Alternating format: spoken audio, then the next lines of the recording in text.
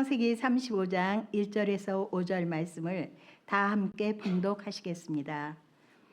하나님이 야곱에게 이르시되 일어나 베델로 올라가서 거기 거주하며 내가 내 형 에서의 낯을 피하여 도망하던 때에 내가 나타났던 하나님께 거기서 제단을 쌓으라 하신지라. 야곱이 이에 자기 집안 사람과 자기와 함께한 모든 자에게 이르되 너희 중에 있는 이방신들을 버리고 자신을 정결하게 하고 너희들의 의복을 바꾸어 입으라. 우리가 일어나 베델로 올라가자. 내 환난 날에 내게 응답하시며 내가 가는 길에서 나와 함께 하신 하나님께 내가 거기서 제단을 쌓으려 하노라 하매 그들이 자기 손에 있는 모든 이방 신상들과 자기 귀에 있는 귀고리들을 야곱에게 주는지라. 야곱이 그것들을 세겜 근처 상수리 나무에 아래 묻고 그들이 떠났으나 하나님이 그 사명 고을들로 크게 두려워하게 하셨으므로 야곱의 아들들을 추격하는 자가 없었더라. 아멘. 인사합니다. 하나님이 당신을 사랑하십니다. 인사하시겠습니다. 예수님 안에서 좋은 일이 있습니다. 한 번 더 인사하겠습니다. 예, 정말 하나님을 찬양하는 찬양됩니다. 예, 하나님께 영광을 돌립니다. 자, 새해를 맞는 새로운 각오 두 번째인데 따라합시다. 일어나 베델로 올라가서 거기 거주하며. 예, 이런 제목입니다. 새해가 되면은 이 각오가 있죠. 항상 내가 새롭게 하리라 뭔가 결심을 하고 각오를 하고 변화를 받기를 원합니다. 그런데 이제 우리가 어디까지 변화가 돼야 되느냐? 변화는 무엇인가? 인생의 목적이 행복일 수도 있지만 성경은 인생의 목적이 변화라 그러거든요. 변화. 내가 하나님 나라 갈 때까지 어디까지 변화될까? 또 변화라는 건 무엇인가? 어떤 사람은 내가 변화됐다고 생각하는데 가만히 보면 별로 변화된 게 없어요.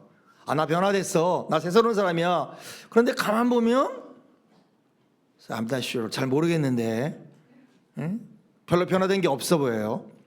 근데 어떤 사람은 나는 별로 변화된 게 없는 것 같아. 나는 똑같을 것 같아. 그런데 가만히 보니까 아니야. 당신 변했어. 당신 달라졌어. 당신 새로운 사람이야. 이런 변화된 사람도 있어요. 변화라는 게 뭐냐? 물론 생각에서부터 시작되고 마음에서부터 시작이 되지만 생각이나 태도가 변했다고 변한 게 아니라 실제는 삶이 변하고 열매가 되는 거죠. 열매. 나무는 열매로 알잖아요. 이파리가 무성하다고 된 것이 아니라 또 꽃이 아주 화려하다고 된 게 아니라 열매로 알잖아요. 열매. 갈수록 슬픈 현상은 뭐냐 하면은 이 비관주의와 비판주의예요. 갈수록 세상은 비판과 비관주의예요. 그러니까 나를 돌아보는 사람은 별로 없어요. 나를 돌아보는 사람은 별로 없고 주로 남들에 대한 얘기입니다. 타인에 대한 얘기, 사회에 대한 얘기, 나라에 대한 얘기. 그리고 거기에는 뭐가 있냐면 비판과 비관이 있어요. 교회도 마찬가지입니다. 나를 돌아보는 사람은 많지 않고 교회는 안 돼. 우리 교회는 안 돼. 우리는 부흥이 안 돼. 한국 교회는 이래. 이러면서 자기를 돌아보는 게 아니라 타인과 다른 것을 보면서 비판과 비관하는 이 만연된 것을 우리는 볼 수 있습니다. 그러나 성경은 따라합시다. 모든 것은 나로부터 시작된다. 잊지 말아야 돼요.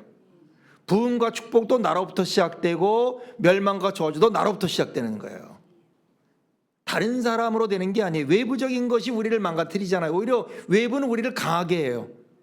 외부가 힘들 때 우리는 더 강할 수 있어요. 그런데 문제는 뭐냐면 내 자신이죠. 내 내부입니다. 항상 나로부터 시작된다.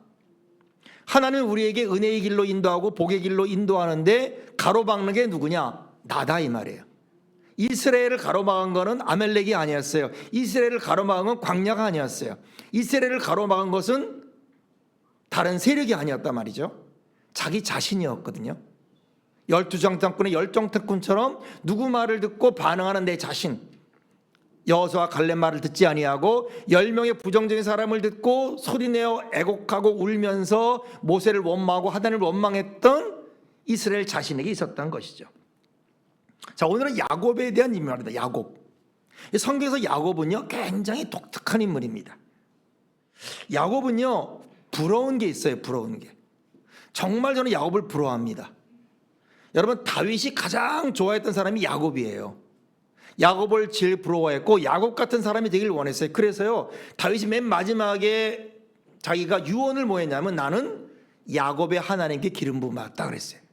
아브라함의 하나님도 있고 이삭의 하나님도 있고 야곱의 하나님이 있었는데 이 다윗은요 야곱의 하나님께 기름 부음 받았다 이렇게 말했어요. 야곱을 아주 사모했고 아주 좋아했고 야곱을 본받기를 원했어요. 왜냐하면 알다시피 야곱의 인격은 좋은 인격이 아닙니다. 야곱의 삶은 그렇게 평탄한 삶도 아니었어요. 그러나 정말 야곱이 부러운 건 뭐냐면요 위기 때마다 하나님이 나타나세요. 위기 때마다 어려울 때마다 하나님이 나타나세요. 훌륭한 인격을 가진 사람은 아니지만은 그러나 야곱이 귀한 것은요 고비고비마다 하나님의 은혜를 경험하고 따라합시다. 변화를 경험한다. 변화를 경험하는 거예요.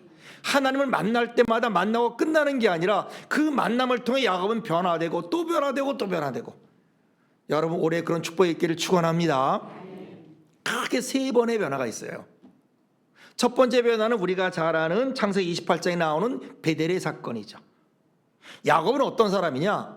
꿈이 있었어요. 내가 원하는 바가 있었어요.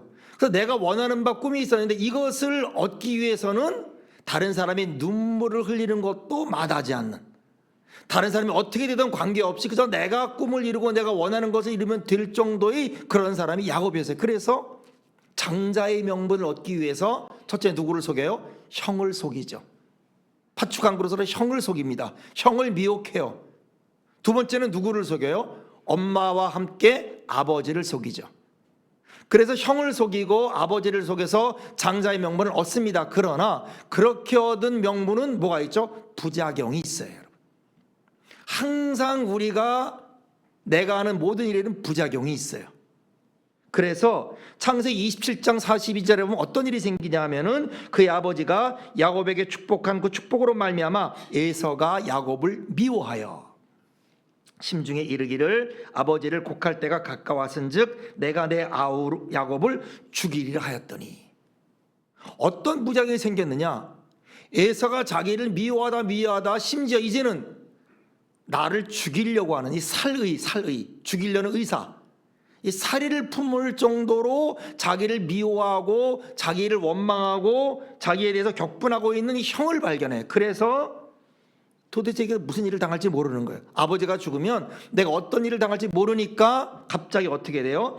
인생에 전혀 경험하지 않았던 야반도주의 인생이 돼버려요. 한 번도 경험하지 않고 한 번도 계획하지 않았던 집을 도망 나오듯이 빠져나오는 일이 벌어져요. 그래서 외삼촌 라반이라고 하는 사람이 사는 하란으로 갑니다. 그러니까 예정이 없던 인생의 내리막길이 있어요. 여러분도 그런 일이 있을 겁니다. 저도 그런 일이 있었어요. 전혀 생각하지 못했던 자기 어떤 일의 실수나 어떤 일로 말미암아 예정이 없던 인생의 내리막길이 그에게 임하게 됐어요. 그래서 그는 도피를 합니다. 도망을 가요. 야반 도주를 합니다. 약 700km를 가요. 700km. 브엘세바란 맨 밑에에서 하란이라는 저 시리아 땅으로, 이 터키 땅으로 700km가 넘는 길을 갑니다. 걸어서만 해도 최소한 40일에서 60일을 가야 될 그 길을, 험한 여정을 갑니다. 가는데 뭐 누가 있겠습니까? 여관이 있겠습니까? 갈 곳이 있겠습니까? 밤마다 두려운 거예요. 짐승의 소리가 있고 어둠이 있고 외로움이 있고 고독이 있고, 그리고 강도의 위험과 누가 나를 해할지도 모르는 그런 위험 가운데, 고독 가운데 밤을 지새입니다. 그렇게 밤을 지새고 가던 어느 날, 그날도 길거리에서 돌베개를 하고 그렇게 자고 있었는데 갑자기 하나님이 나타났어요. 하나님이 그를 만나줬어요. 그를 찾아와 주시고 은혜와 축복을 말씀을 줍니다. 이것이 창세기 28장 15절에 나옵니다. 이렇게 말씀하세요. 내가 너와 함께 있어 내가 어디로 가든지 너를 지키며 너를 이끌어 이 땅으로 돌아오게 할지라. 내가 네게 허락한 것을 다 이루기까지 너를 떠나지 아니하리라 하신지라. 이런 엄청난 은혜와 엄청난 축복을 경험하고 큰 은혜를 경험한 이것이 야곱의 첫 번째 축복입니다. 첫 번째 경험입니다. 두 번째는 뭐냐면 창세기 32장에 나옵니다. 야복강 나루터에서 경험한 은혜와 축복의 사건입니다. 그렇게 지금 야곱이 베델에서 하나님을 만나고 길거리에서 하나님 만나고 그걸 베델이라고 이름 짓고 그러면서 이제 라반의 집에 가서 외삼촌 집에 20년을 있습니다. 과정에서 많은 어려움을 겪습니다. 라반이 자기가 너무 똑똑하고 너무 가진 게 많고 갑질을 해서 굉장히 20년간 고생을 하지만 그러나 하나님의 약속이 임해요. 여러분 따라합시다. 더딜지라도 정령 응하리라. 하나님의 약속은 여러분 더딘다고 더딘 게 아니에요. 더딜지만 반드시 이루어지고 반드시 역사하는 게 하나님의 약속이거든요. 그래서 약속한 대로 큰 은혜와 복을 받아서 많은 재물을 가지고 그리고 큰 대가족을 가지고 이제 20년 만에 자기 고향으로 돌아갑니다. 그런데 돌아가는데 하나의 걱정거리가 있어요. 두려움이 있어요. 왜? 누가 있죠? 형이 있어요. 에사가 있어요. 나를 용서할까? 나를 받아줄까? 20년 지났으니 이제 좀 많이 좀 화해가 될까? 이러고 가고 있는데 먼저 앞서 보낸 사람에게 연락이 오는 거야. 400명의 군사를 내리고 말을 타고 쫓아온다는 거야. 나를 죽이려고 하나 보다. 나에게 아직도 분노가 있나 보다. 이 두려움, 이 초조함, 이 걱정. 그래서 얼마나 두려웠던지 소유를 보내고 노예를 보내고 자기 아들, 딸 다 보내고 아내까지 보낸 다음에도 자기는 혼자서 강을 못 건너고 나루터에 덜덜 떨면서 밤을 새고 있는데 그때 하나님의 천사가 나타나죠. 사자가 나타나죠. 건너라, 가라, 믿어라. 아니 못 갑니다. 가라니까. 못 간다니까요. 그리고 하나님 사람과 씨름하는 거예요. 막 씨름하다가 날이 셀 때까지 말을 안 들으니까 하나님의 사자가 그의 허벅지 관절, 이 대퇴부 관절을 때려서 쩔뚝발이를 만들죠. 그래서 안 되니까 하나님을 붙잡고 통사정합니다. 하나님 나를 축복해 주십시오. 축복해 주지 않으면 내가 하나님 놓을 수 없습니다. 그렇게 간절히 기도하면 하나님을 만나는데 그때 창세기 32장 30절에 보니까 야곱이 이런 표현을 써요. 그러므로 야곱이 그곳 이름을 브니엘이라 하였으니 그가 이르기를 내가 하나님과 대면하여 보았으나 내 생명이 보존되었다 함이라. 그 위기 가운데 하나님의 사자를 만나고 기도의 응답을 받고 이름이 바뀌어지면서 그리고 형 에서를 대면합니다. 그랬는데 하나님이 형 에서의 마음을 녹여버린 거예요. 생각지도 못한 극적인 화해가 이루어져요. 이게 창세기 33장 4절에 나옵니다. 에서가 달려와서 그를 맞이하여 안고 목을 어긋 맞추어 그와 입 맞추고 우니라. 가장 인생이 기뻤던 날 중에 하나입니다. 더 이상 문제가 없어졌어요. 야곱에 장애물이 없어졌어요. 그렇게 근심하고 걱정하던 20년의 모든 것이 체중이 다 해결이 됐어요. 그리고 그는 고향에 돌아옵니다. 20년에 타향살이에 종제부를 찍고 고향으로 돌아와서 오붓하게 가족끼리 행복을 누리게 돼요. 자, 그런데 이렇게 은혜를 받고 이렇게 변화를 받고 축복이 주어졌는데 그런데 야곱이 변했느냐? 첫 번째 은혜를 받고 두 번째 은혜를 받고 그리고 이름도 바뀌었지만 과연 하나님이 보시기에 야곱이 그렇게 변한 사람이었느냐? 아니었다 이 말이에요. 여러분 우리가 오늘 잘 생각해 봐야 돼요. 내가 예수님 믿고 교회를 오래 다니고 신앙생활을 했는데 나는 얼마나 변했는가? 나는 변했다고 생각하는 내 주변에 있는 사람이 아닌데 이렇게 말하는가? 아니면 나는 안 변했다고 생각하는데 내 주변에 있는 사람이 많이 변했다고 보는가? 나는 어디까지 변해야 되는가? 안 변한 거예요. 야곱이 고향에 들어왔는데 비슷한 거예요. 은혜와 축복으로 여기까지 왔는데 에베네셀로 왔고 임마누엘로 왔는데 은혜를 까맣게 잊어버린 거예요. 베들로 올라가지 않고 세계보로 가버렸어요. 이러면 안 되는 거잖아요. 하나님이 약속했던 곳, 하나님이 가라는 곳으로 가야 되는데 우리 인생도 마찬가지예요. 화장실 갈 때가 다르고 그리고 갔다 올 때 마음이 다른 거예요. 어려울 때는 하나님 이것만 해주면 내가 정말 이렇게 하겠습니다 라고 그렇게 서원하고 기도했는데 그것이 이루어진 다음에 약속은 까맣게 잊어버리고 언제 내가 그랬느냐라고 하면서 뭐라 그래요? 주님 내가 마음이 그런데 몸이 약해서요. 여러분 안 그렇습니다. 우리 마음도 그런 거예요. 그건 하나님이 말씀하셔야지 우리가 맨날 마음은 원인데 육이 약합니다. 주님 아시죠? 주님 뭐라 그래요? 아니 몰라 그래요. 야곱이 안 변한 거예요.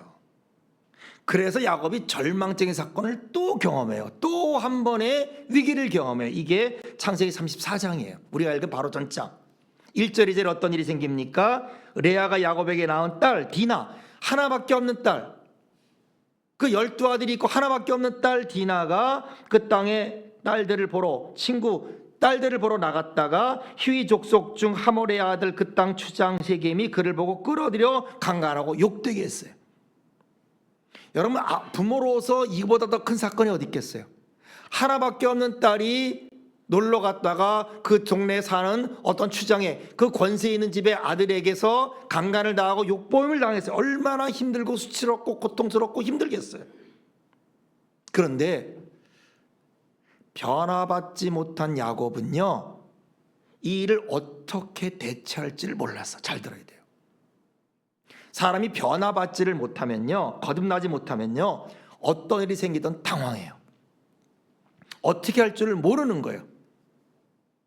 그러니까 그 일을 당하고 또 할래니까 뭔가 걸리고 비겁해졌고 당황하고 얼자를 모르고 우유부단하는 그 야곱 앞에 누구들이 있어요? 그 아들들이, 아버지가 방황하는 사이에 흥분한 아들들이 은밀하게 복수전을 계획하고 진행합니다. 근데 그것도 하나님의 이름을 빙자해서 해요.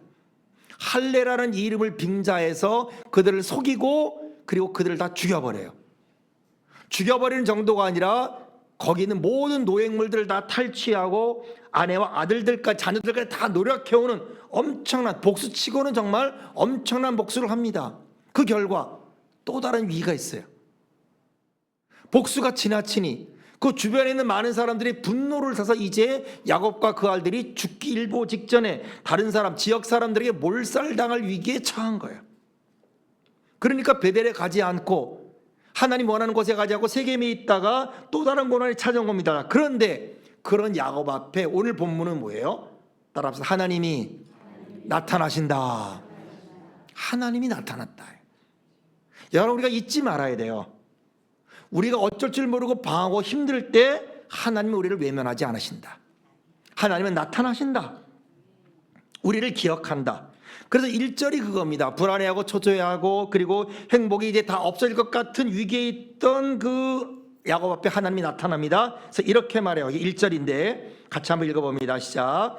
하나님이 야곱에게 이르시되 일어나 베델로 올라가서 거기 거주하며 내가 내 형 에서의 낯을 피하여 도망하던 때에 내게 나타났던 하나님께 거기서 제단을 쌓아라 하신지라.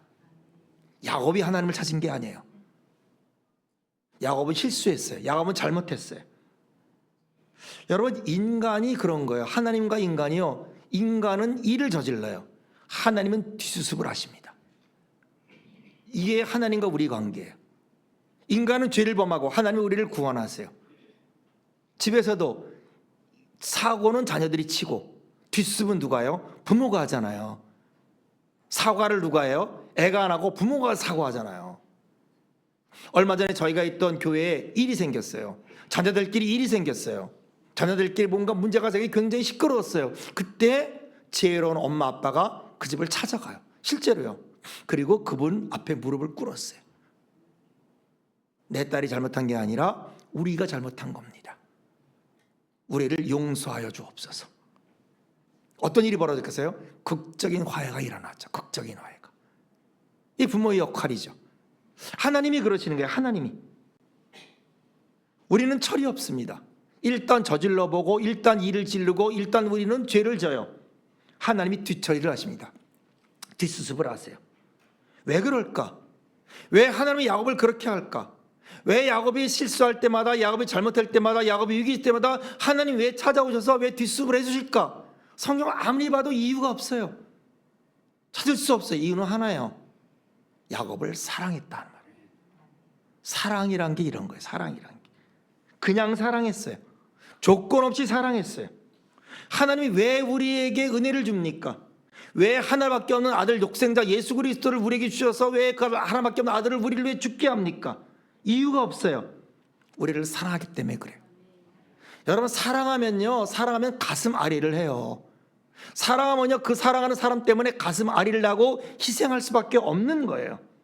우리가 특별한 존재도 아닙니다. 가치 있는 존재도 아닙니다. 우리 하나 없다고 하나님이 어떻게 되겠습니까? 나 하나 망한다고 하나님 나라가 어떻게 그게 되겠습니까? 아니잖아요. 그런데도 하나님은 우리 하나 없으면 절대로 안 되는 것 같이 우리를 사랑하시고, 우리 때문에 가슴 아리를 하시고, 우리 때문에 힘들어 하시고, 우리를 위해 뒷숲해 주는 하나님.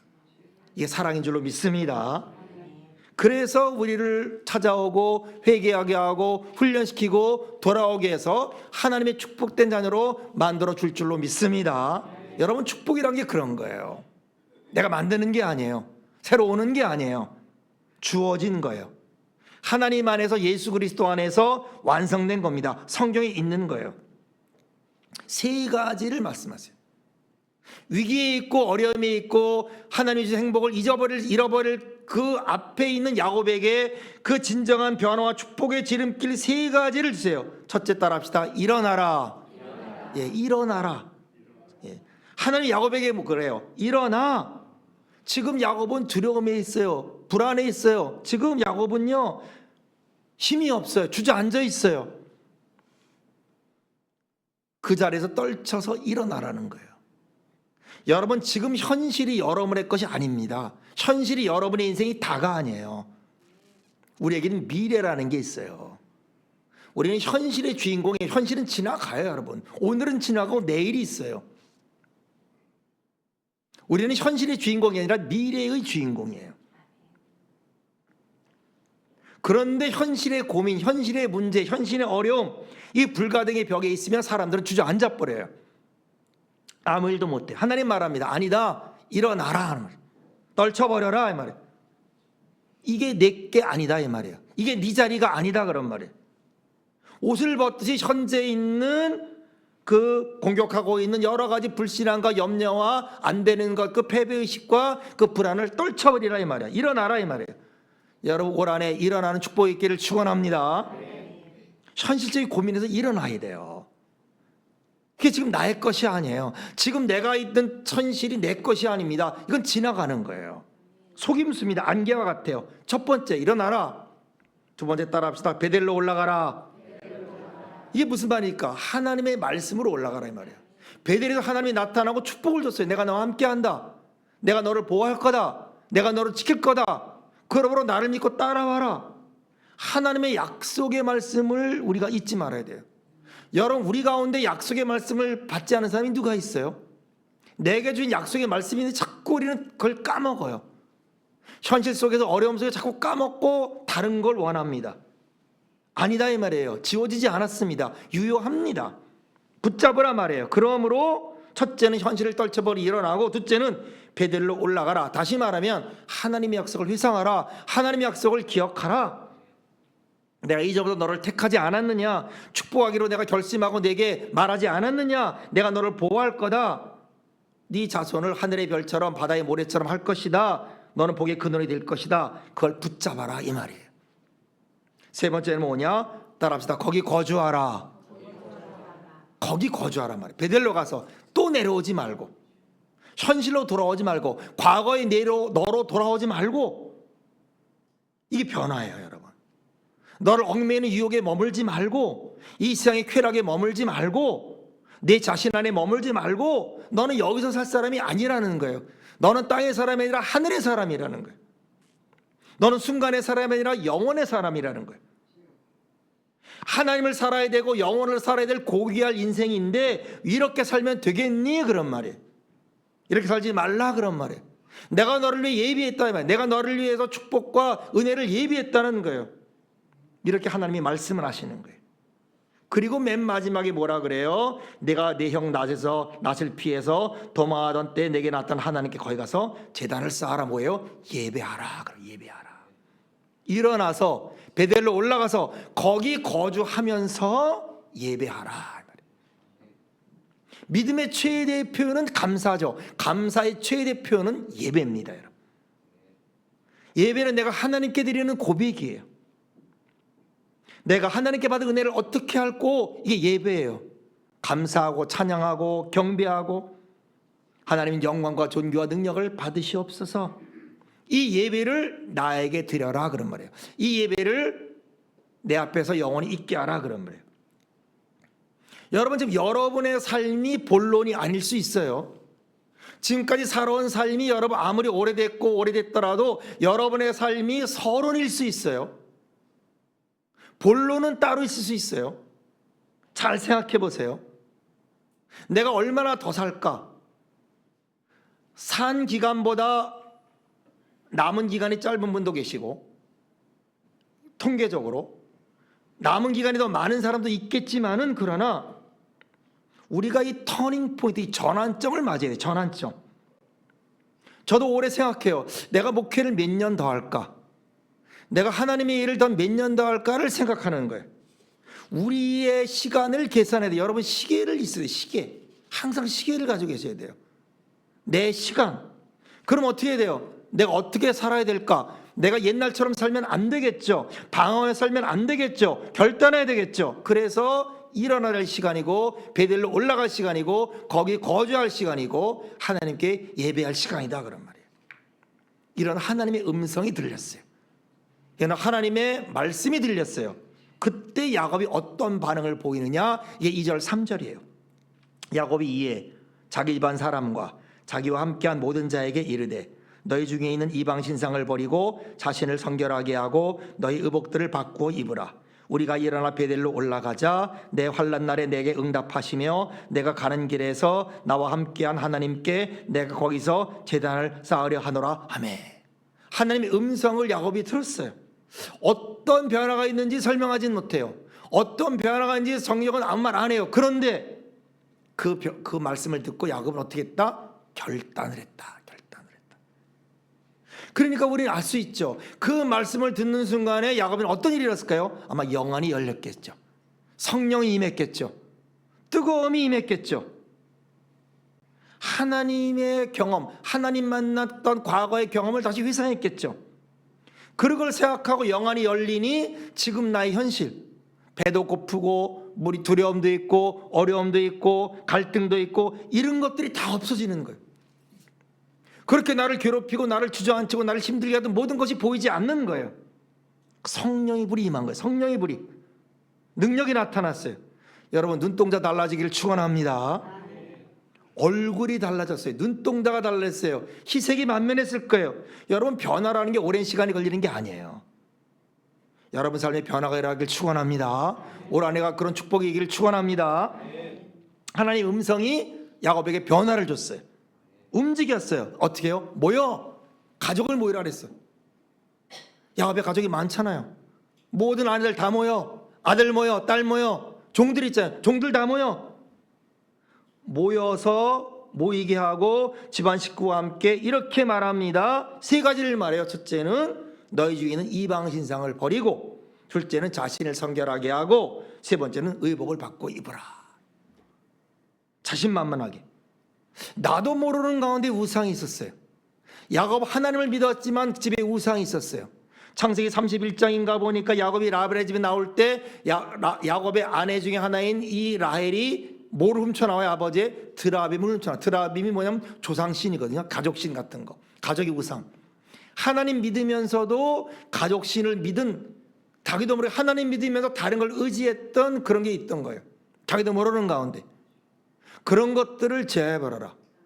우리도 여러분 하나님 믿죠. 하나님 안 믿지 않아요. 그러나 하나님 믿으면서도 나도 모르는 가운데 의지했던 것, 돈일 수도 있고 뭐 내 건강일 수도 있고 주목일 수도 있고 내 자녀일 수도 있고 여러 가지 것들, 하나님 외에 다른 것들을 의지했던 것들을 끊어버리라 말이에요. 하나님 우선주의로 가라 이 말이에요. 두 번째는 무엇입니까? 깨끗이 하라. 왜? 나도 모르게 그렇게 있으면 내가 더러운 거예요. 나도 모르게 내가 하나님 믿는다고 해도 이것저것 믿다 보면요, 나도 모르게 내가 더러워진 거예요. 그러므로 뭐예요? 그걸 버리고 나를 정결하게 하라, 깨끗하게 하라. 누룩 없는 빵, 여러분. 섞이지 않는 복음. 섞인 복음이 아니에요. 유사 복음이 아니에요. 복음 비슷하지만 복음이 아닙니다. 여러분, 예수님은 한 분이세요. 다른 이름이 없어요. 예수님만이 길이요 진리요 생명입니다. 이스라엘 어떤 왕이 자기가 병들었어요. 내가 낫겠나 안 낫겠나 다른 신 점쟁이한테 물어보라. 그랬더니 하나님이 엘리사가 엘리사를 통해서 왕에게 사신을 보냅니다. 아니 지금 물어볼 사람이 없어 네가 걔한테 묻냐? 너 못 나. 너 끝이야. You are done. 더 이상 안 돼. 물어볼 사람이 없어 거기 물어보겠느냐? 하나님이 그러니까 얼마나 화가 나셨으면. 우리가 우상을 섬기다 보면 나도 모르게 여러분 내가 더러워지는 겁니다. 그래서 어떻게 돼요? 우상을 버리고 더러워서 나를 정결하게 하고 그리고 옷을 바꿔 입어라. 세상의 옷이 아니라 하나님의 옷으로 믿음의 옷으로 갈아입어라. 가족들을 담아놓고 선언하는 거예요. 그리고 이렇게 말합니다. 우리가 일어나 베델로 올라가자. 내 환난 날에 내게 응답하시고 내가 가는 길에서 나와 함께 하신 하나님께 내가 거기서 제단을 쌓으라. 여러분 위대한 선언이 함께하길 축원합니다. 선언이 있어야 돼요. 선언이. 야곱이요. 자기 딸이 욕을 보았잖아요. 자기 딸이 그런 몹쓸을 당했어도요. 야곱은 아무것도 못했어요. 그는 비겁자였고 그는 두려워했고 그는 대책이 없는 사람이었어요. 무능한 아버지고 비겁한 아버지였어요. 위기 앞에서 그런 용기가 없던 사람이었어요. 그런데 그는 선언하고 용기를 갖는 거예요. 말이 달라지길 축원합니다.